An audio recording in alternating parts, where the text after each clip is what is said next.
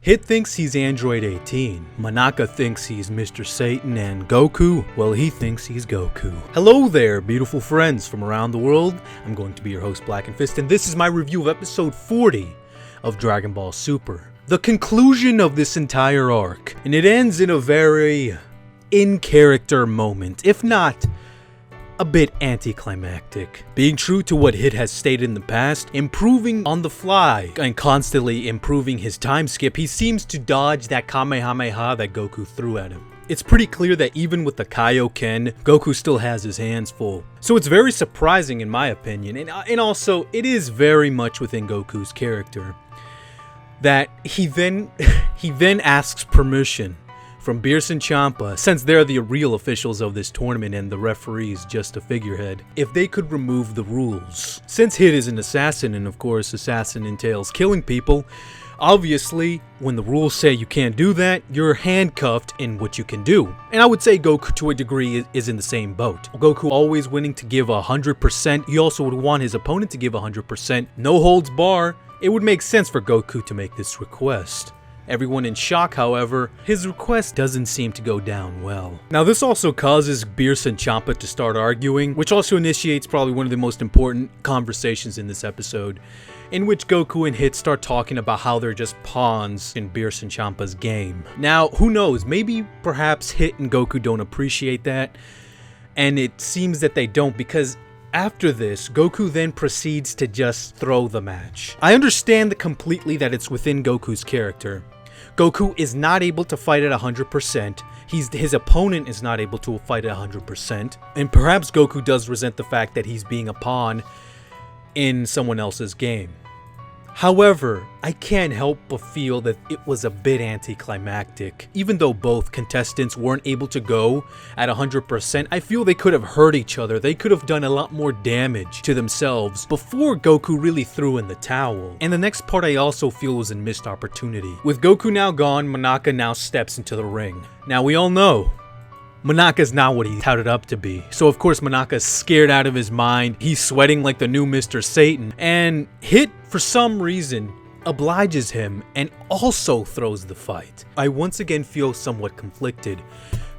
Hit does state that he is no longer interested in the cube. Why? Well, I feel that would have been nice to explain. I mean, he went through this trouble to get this cube. Now he's completely renouncing it. I feel an explanation is in order. So for him to completely renounce it is a bit too convenient. But then there's also the whole thing with Monaka. I feel that the previous statements that we said about Monaka blew this moment cover completely.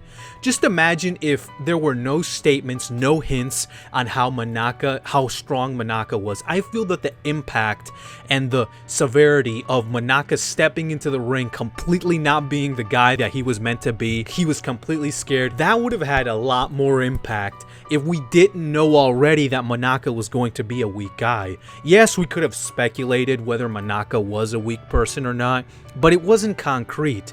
But I feel that the previous statements in the previous episodes ruined this moment just a little bit. Not entirely, but it did kind of ruin it. And I also did feel that something like this was going to happen. I didn't think that it was going to happen exactly like in this fashion. I felt that Hit was going to receive more damage, like I said before, and Hit was going to win, but being severely damaged, out of breath, out of stamina, out of energy, and basically not at 100%, that Monaka was going to go in there and take the win. Right now, I kind of feel that might have been a little bit more satisfying, but I understand that it was within completely Goku's character to do this. Hit, it's a little bit more iffy because he didn't give an explanation as to why he didn't want the cube anymore. Oh well, it's in character, even if a bit anticlimactic. And this episode also highlights another side of Champa's character. Champa has been this kind of goofy guy with insane power. Vados has completely stuck it to him every time Champa's raised an objection, and she just goes right back at him and say, but that's exactly what you wanted. I'm just giving you what you wanted. It does seem that Champa does have an evil side, a big evil side to him, since at the end he got so pissed he was about to kill off his whole team. Beerus, being the god of destruction and all these universal rules, tells everyone on his team, Goku, Vegeta, don't interfere. That's Universe 6. This is his universe, and we operate under his rules, which, I mean, damn, I mean, cold-hearted as hell. But then we get interrupted with a new characters. Now, both Champa and Beerus are aghast that these people are here. They're aghast, and the most important thing is that they refer to them as a Sama. So here we go. Even higher ranked gods than Beerus and Champa, which, I mean, we just keep going higher and higher. At some point, we're gonna have to reach a limit, right? I'm not going to speculate on these guys too much because I think it'd be unreasonable. Literally, they showed up at the last minute, and we don't know anything about them except that they perhaps are out of a higher rank than Beerus and Champa. One thing that is intriguing, and maybe something that you can analyze, is that although Beerus and Champa were freaking out that these guys were here, Whis and Vados were much more relatively calm. So maybe Whis and Vados aren't as intimidated as Beerus and Champa. So I guess that can tell us something.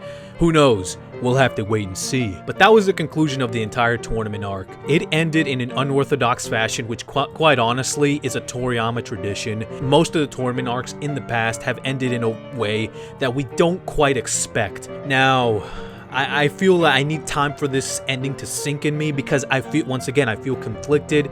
Even though it was completely within the realm of possibility that the characters, especially Goku, would do. Hit, on the other hand, I'm not so sure. But anyway, guys, that has been my review of this episode. If you enjoyed my thoughts, if you enjoyed this review, please subscribe to the channel, as I will be bringing you more Dragon Ball Super reviews and Dragon Ball segments in future videos. But until next time, guys, I'm Blackenfist, and I'm out.